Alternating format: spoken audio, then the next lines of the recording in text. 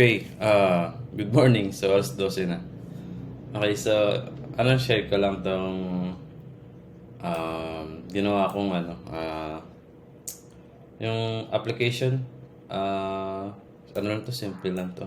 Yung sa 60 second video extraction. Diba? At ito na,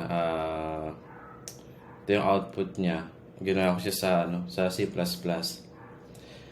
Kasi sa web-based, may web-based ito kaso hindi kinakaya ng basic plan ng server ko sa pag mag-extract ng video. Bali, pwede siya naka-upload siya, pero pag sa extraction na, pag malalaking file like 100 MB pataas, umiiyak na yung server. So, hindi siya advisable kung sabay-sabay. So, ang ginawa ko, gawa na lang ako kinonvert ko na lang siya sa C++ na pwede ko siya ma-execute at gawing executable. Tapos may UI din siya. May GUI. At yun, so far so good naman.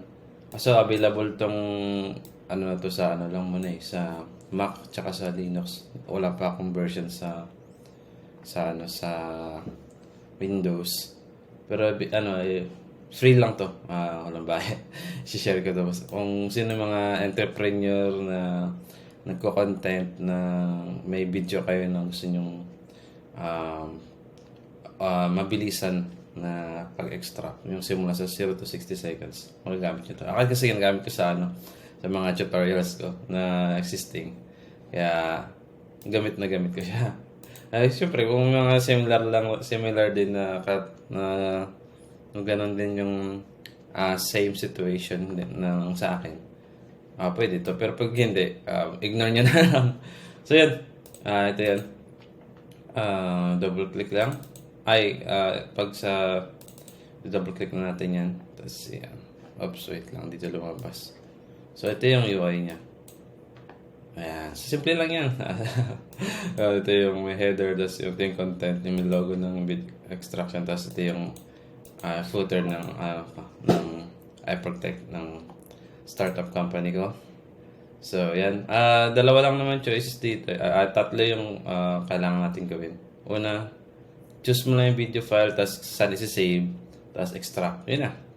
So, for example, meron kailangan may video ka na naka-ready, di ba? So, yan, kunyari ito yung kaka-download ko lang, ito yung bagong content. So, yan. Tapos, hanapin mo yung location path. Kung saan isi-save nyo sa test folder. Yan. Then, extract. So, yan. Tingnan natin anong mangyari. Yun. Conversion successful. So, yan. Check ko muna sa saglit. Downloads. Yan. So, yan. Ito yung test folder. So, ito na. Yung today 12/4. So, pag natin siya. Okay, musta? Marvin pala. Gaps pala ito. So, next tutorial natin is about sa pag-upload ng mga images. Yan. Ayun. Ganun lang siya kadali. So, ilalagay ko yung source, yung executable sa GitHub. Tapos, i-share ko sa kasabay nitong content na to. Okay, public lang yun, libre lang. Yung executable, pero source code, sa akin na lang muna. Okay, thanks. Bye.